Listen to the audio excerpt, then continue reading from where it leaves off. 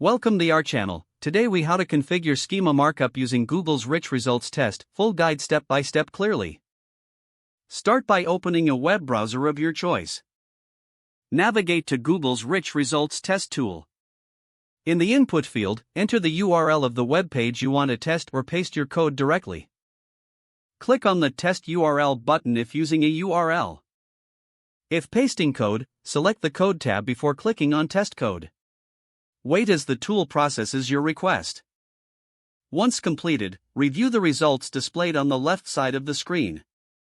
Check for any detected rich results and pay attention to any errors or warnings. If there are issues, click on the Errors tab to see detailed information. Address each error by following the suggestions provided. After making changes to your schema markup, retest the URL or code. Ensure that no errors remain and that the desired rich results are detected. If everything looks good, you can proceed to implement the changes on your website. After updates are made on your web page, revalidate using the Rich Results Test tool. Monitor your site's performance in Google Search Console for any additional insights.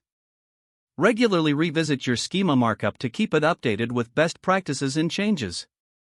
Consider reading Google's documentation for schema types relevant to your content. Utilizing schema markup effectively can improve your visibility in search results. Celebrate the enhancements to your site's search presence as you apply these techniques. If the page does not load, refresh the browser or try again in a private or incognito window. Make sure you are using the correct email address, then retype it carefully to avoid small typos. If your password is not accepted, use the reset option and create a new strong password you can remember.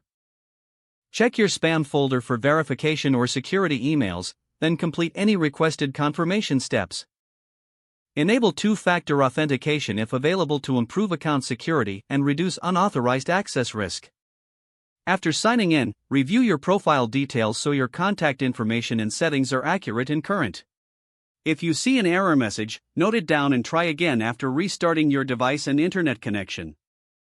Log out when you finish, especially on shared devices, to keep your account and payment information secure. If the page does not load, refresh the browser or try again in a private or incognito window. Make sure you are using the correct email address, then retype it carefully to avoid small typos. Don't forget to like this video and subscribe to our channel for more step-by-step tech guides.